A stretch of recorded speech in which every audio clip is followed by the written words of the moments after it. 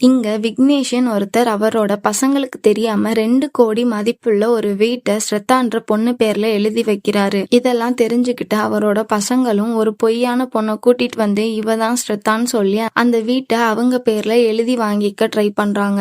ஆனா அங்க இருந்த ஜட்ஜ் இதுல ஏதோ ப்ராப்ளம் இருக்குன்னு புரிஞ்சுக்கிட்டு பழனின்ற ஒரு எஸ்ஐயை கூப்பிட்டு உண்மையான ஸ்ரத்தா யாரு, அந்த பொண்ணு எங்க இருக்கான்னு தேடி கண்டுபிடிச்சு கோர்ட்ல சப்மிட் பண்ணுங்கன்னு சொல்ல பழனியும் ஸ்ரத்தாவை தேடி அவளோட வீட்டுக்கு போய் நடந்த எல்லா பிரச்சனையும் சொல்ல அவளும் பழனி கூட கிளம்பி கோர்ட்டுக்கு வரா. 2 பேரும் வரும்போது அவளுக்கு நடந்த எல்லா பிரச்சனையும் சொல்றா. ஸ்ரத்தாவோட அப்பாவுக்கு ஆபீஸ்ல ஒரு ப்ராப்ளம் இருக்கும், அதை சரி பண்ணணும்னா 7 லட்சம் ரூபாய் இருந்தாலும் சரி பண்ண முடியும்னு சொல்லி நிறைய பேர்கிட்ட பணம் கேட்கறா. ஆனா யாருமே ஹெல்ப் பண்ணாததுனால அவளோட ஃப்ரெண்டு மூலியமா விக்னேஷன் ஒருத்தரை போய் மீட் பண்றா. அவரு இப்ப நான் ஃபைனான்ஸ் பண்றதெல்லாம் விட்டுட்டேன், வேணா நீ என் கூட டேட் பண்ணு, நீ கேக்குற பணத்தை தரேன்னு சொல்றாரு. அவளும் அப்பாவுக்காக அவர் கூட ரிலேஷன்ஷிப்ல இருக்க ஒத்துக்கிட்டு